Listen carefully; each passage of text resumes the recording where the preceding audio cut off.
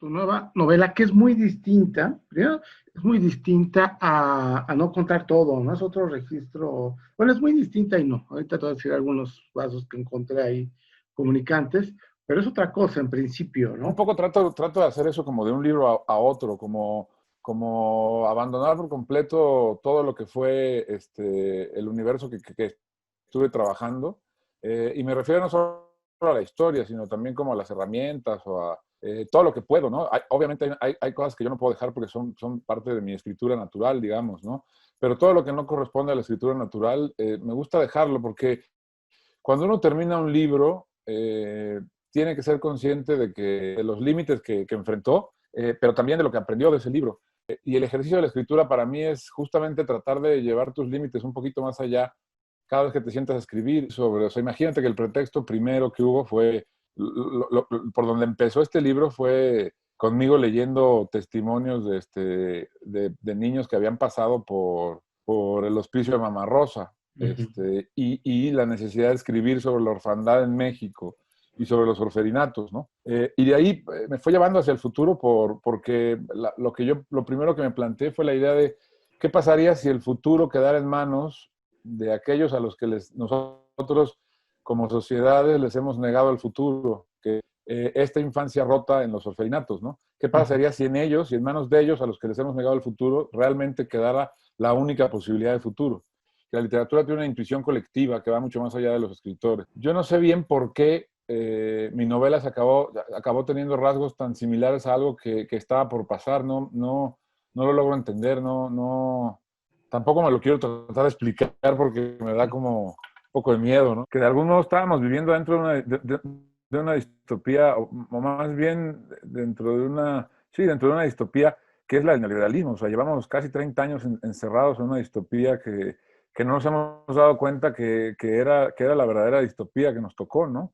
Al final la pandemia ha hecho visible o tangible lo que ya estaba aquí, la precariedad de la vida cotidiana, el fin de una forma de vida que se agotó, la enorme desigualdad, la ausencia absoluta de un sistema de salud o de sistemas de salud que puedan responder a lo que la gente necesita. Es decir, todo eso estaba. Y llegó un virus y una cosa chiquitititita que derrumbó todo aquello que era gigante, que se había impuesto como norma, ¿no? Y como normalidad. Ahora, y también tiene que ver, creo yo, con un tema, que es un tema que has trabajado mucho, que es la orfandad.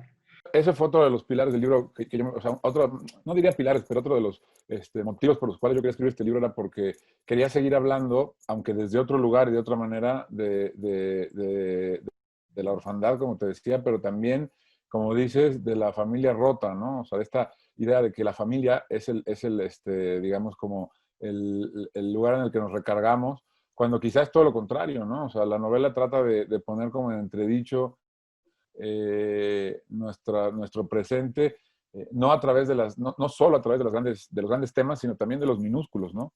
La pareja, la familia, la amistad, el amor, todo como lo entendemos y como quizá deberíamos entenderlo de otro modo. Ujú.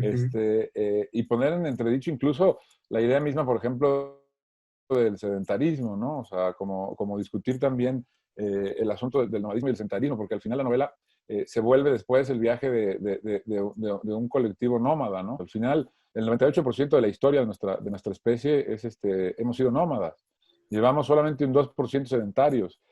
Y sin embargo, en ese 2% hemos destruido casi el 90% de lo que hemos destruido, lo hemos destruido en ese 2% de tiempo en el que hemos sido sedentarios. En un 98% de tiempo que fuimos nómadas, no generamos tal daño al planeta como el que generamos, y a nosotros mismos, como el que generamos después, en el periodo del sedentarismo, ¿no? ¿Y qué tanto esta idea de regresar a Europa y de esta reconquista a Europa tiene que ver con una crítica a lo que es el origen de la civilización o a lo que se nos ha vendido como el origen de la civilización occidental? ¿Qué tanto tiene que ver con esto? Sí, hay una reconquista y eso sí es más como un desquite personal, digamos, ¿no? O sea, tenía muchas ganas, cuando me di cuenta que tenían que ir, o sea, que estaban ellos yéndose y buscando un mundo nuevo. La novela, como sabes, dialoga, ellos, los personajes, están en constante diálogo con el Popol Vuh, con el Chilam Balam, con la visión de los vencidos, ¿no? que son libros en torno a los que ellos van construyendo todas las ideas de una nueva sociedad, los niños que van creciendo y se van volviendo adultos y luego sus descendientes, ¿no? Y en ese sentido, en algún momento la novela también empieza a dialogar con los libros de Bernales del Castillo, Sahagún, las cartas de Hernán Cortés, y entonces pensé, por un lado estaba eso y por otro lado estaba el hecho de que mis novelas habían sido siempre como, habían tenido siempre un escenario muy mexicano y importaba mucho México en mis novelas. Y aquí, de algún modo, quería que como el lenguaje es el personaje principal del libro, como todo esto que estamos hablando va sucediendo siempre en el habla de los personajes van buscando una voz nueva, pero que no es personal, sino comunal, van como construir, van buscando una voz que sea de todos, ¿no? Etcétera. De algún modo yo quería que entonces el escenario no fuera solamente México, ¿no?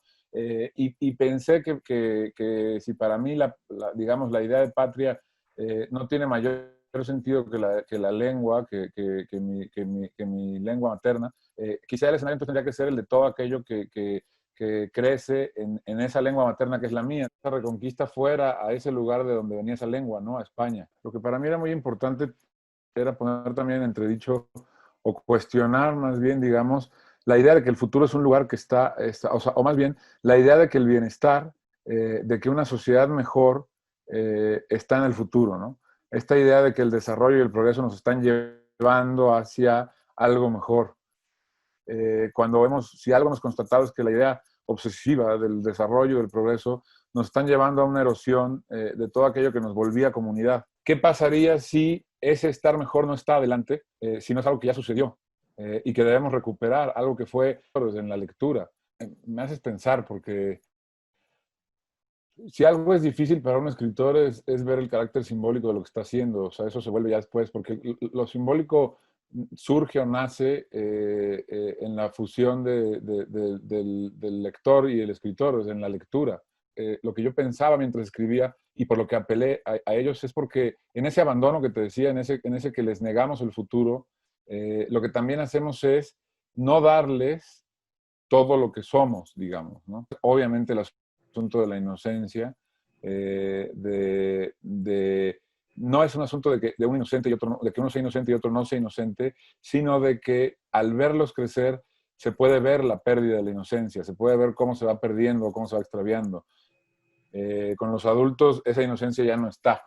Se puede tratar de buscar o decir cómo se perdió, pero no podemos ver cómo se perdió. Y eso me parece importante. Y los niños pueden acceder a niveles de pensamiento que los adultos ya se cancelaron, digamos, ¿no? Pues creo que eso tiene que ver con Nola, pero tampoco tengo claro si te estoy respondiendo, porque no sabría bien cómo, no sé, no sé si te estoy respondiendo. Yo no sé si es ciencia ficción el tuyo, pero bueno, por ahí leí a Chimal hablando de tu libro como algo de ciencia. Yo creo que la literatura es literatura, y que la necesidad de los apellidos en la literatura es algo que ponen los libreros para poder acomodar más fácil sus lugares de trabajo, que son las librerías, o los bibliotecarios, ¿no? O a lo mejor hasta los editores, pero como consecuencia. Yo de verdad creo que los escritores no deberíamos de aceptar esos apellidos nunca. Me queda claro que mi novela no es de ciencia ficción, aunque tiene elementos o detonantes que son de ciencia ficción, ¿no? Y yo creo que a mí la ciencia ficción, si la llamamos así, que me gusta o que me interesa más, es precisamente la que es literatura secas, con detonantes de ciencia ficción, con un escenario o con un personaje o con un suceso, que después lo que complejiza es la vida misma, ¿no? ¿Qué es lo que hace la gran literatura? ¿Qué es lo que hizo Ballard? ¿Qué es lo que hace Ted Chiang ahora, por ejemplo? Lo que hizo Ursula K. Le Guin, lo que hizo Kathy Eicher. Es decir, una literatura que partiendo de ciertos detonantes construye algo más, ¿no? Y creo que eso es lo que hace siempre la literatura que está mal llamada de géneros, porque además no solamente hablo de la ciencia ficción, podemos pensar en todo lo demás, ¿no? O sea, podemos pensar en la novela de Mariana Enríquez ahora, ¿no? Que además acaba de ser seleccionada como el mejor libro del año por la crítica en España, y podríamos decir que es una novela de terror, y lo único que haríamos es que habría lectores que se alejarían cuando es una novela todoterreno, y eso es lo que la vuelve extraordinaria, con un montón de cosas de terror, obviamente. Es uno de los grandes escritores que hemos tenido. Y en México se nos vuelve más complejo el asunto porque no hemos tenido escritores, no solamente no hemos tenido como estos grandes tlatoanis que hayan hecho literatura de lo que podría ser llamado de género, sino que además han pisoteado a quienes sí lo hacían. Pisotearon a Francisco Tario, a Amparo Dávila, y además los pisoteaban utilizando este argumento. No, es que ellos hacen género. Ándate a cagar, cabrón. ¿Cómo que ellos hacen género? Hacen literatura y hacen extraordinaria literatura, ¿no? ¿Qué tanto esta distopía, esta visión distópica de este libro, tiene que ver también con una percepción distópica del propio país? Yo pienso que en realidad es una novela mucho más utópica que distópica, ¿eh? Utópica mitológica, digamos, no sé qué, pero sí es una novela en la que el horror, o digamos, o la destrucción es el comienzo, pero que sí avanza en búsqueda de una utopía, que al final medio se consigue, digamos, ¿no? Y entonces, si fuera así, pues no se parece en nada a este país. Si en cambio, si asumiéramos que es distópica, pues sí hay obviamente una interpelación a lo que está pasando en este país, a la idea de asumir el progreso y el desarrollo como el único camino, ¿no? De abandonar todas las demás opciones, ¿no? De olvidar, por ejemplo, a los defensores del territorio, que son los únicos que están defendiendo otras lenguas, otras formas de vida, otras ideas de mundo, y ellos están completamente descartados, ¿no? Del carril del desarrollo y del progreso que el país está trazándose. Entonces, si hay una crítica a eso, hay una crítica, por ejemplo, obviamente con el asunto de la destrucción del medio ambiente y del planeta, ¿no? Y yo diría que no del país, insistiría en una cosa más como de América Latina, ¿no? Me costó mucho trabajo decidir por el apoyar al presidente, lo apoyé al final, incluso escribí, pero siempre dije también que había que ser desde el primer día los que habíamos estado inseguros de votarlo, los que teníamos éramos los obligados a estar inseguros de su gobierno, ¿no? Y después eso se convirtió para mí, sí, en una crítica que ha ido subiendo de tono por ciertas cosas que ha hecho el gobierno, ¿no? Para mí resulta imperdonable lo que han hecho con los migrantes en la frontera sur. Eso, por ejemplo, resulta imperdonable, ¿no? Y muchas otras cosas, pero al final lo que creo es que se está criticando a mí y a muchos otros escritores y a muchos otros pensadores o intelectuales. Yo no me considero intelectual ni pensador, yo soy escritor. Pero se está criticando a gente que desde la izquierda está criticando al gobierno actual. Se está criticando mucho porque pareciera que hubiera que defenderlo solo por el hecho de que también pareciera de izquierda, ¿no? Y no se dan cuenta que si realmente eso sucediera, pues lo que pasaría es que toda la crítica vendría de la derecha, ¿no? Y se estaría dejando el canal de la crítica y de la diferencia exclusivamente a la derecha. Creo que no habría un error más grande. Es decir, creo que hay que mantener abiertos todos los canales de la crítica, porque además, cuando por primera vez hay un gobierno de izquierda, se puede sentar las bases para creer que si el gobierno es malo, lo que es malo es la izquierda. Y no, si el gobierno es malo, lo que es malo es este gobierno, no la izquierda en general.